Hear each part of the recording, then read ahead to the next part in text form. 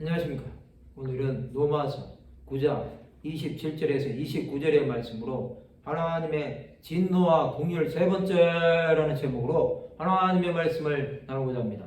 본 말씀은 또 이사야가 이스라엘에 관하여 여치되 이스라엘 자손들의 수가 비록 바다의 모래 같을지라도 남은 자만 구원을 받으리니 주께서 땅 위에서 그 말씀을 이루고 속히 시행하시리라 하셨느니라. 또한 이사야가 미리 말한 바 만일 만군의 주께서 우리에게 씨를 남겨두지 아니하셨더라면 우리가 소돔과 같이 되고 고모라와 같았으리로다 함과 같으니라. 이사야 선지자는 이스라엘의 남은 자에 대해 말씀하고 있습니다. 이 남은 자는 구원받을 자들을 말하는 것입니다. 이것은 남은 자가 그만큼 적다는 것입니다. 하나님은 그 말씀대로 시행하시는 것입니다. 비록 남은 자가 적다고 할지라도 구원받을 자가 있다는 것입니다. 하나님은 택한 백성 이스라엘 소돔과 고모라처럼 만들지 않습니다.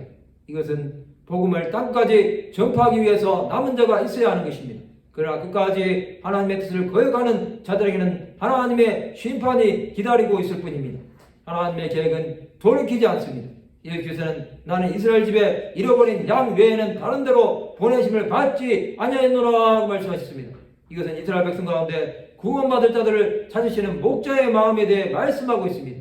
소돔과 고모라 멸망 때 아브라함의 기도로 조카 롯과 두 딸만 구원함을 받았습니다. 그러나 그들은 겨우 구원함을 받은 것입니다.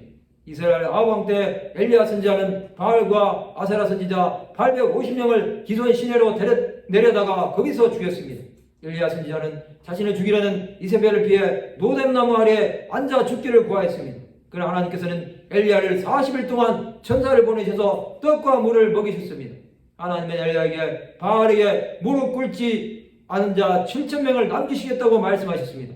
사도 바울은 남은 자에 대해 말씀하면서 하나님의 방법으로 이스라엘 백성들을 구원하실 것을 말씀하신 것입니다. 지금도 은혜로 택하심을 따라 남은 자가 있습니다. 이것은 영적인 이스라엘을 말씀하시는 것입니다. 육신의 이스라엘이 아니라 하나님의 뜻을 따르는 이스라엘이 되어야 한다는 것입니다. 남은 자는 마지막 때까지 있을 것입니다. 이들을 통하여 하나님 나라가 전파되는데 쓰임을 받는 것입니다. 하나님의 긍휼하심은 자기 백성들을 구원하시기를 기뻐하시는 것입니다. 자기 백성이 된 자들은 죄와 사망에서 건짐을 받는 것입니다. 하나님의 구원 계획은 남은 자들을 통하여 이루어질 것입니다. 성도 여러분, 남은 자들이 되어야 합니다. 그것은 구원함을 받는다는 의미입니다. 영적인 이스라엘은 하나님의 뜻대로 사는 자들을 말합니다.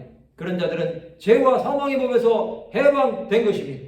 하나님께서 남겨두신 자가 되어 주의 뜻을 준행하는 자들이 되어야 합니다. 우리는 주하는 영혼들을 볼 줄 아는 눈을 가져야 합니다. 하나님께서 우리를 남겨두신 것은 남은 자가 되어 복음을 전하라는 것입니다.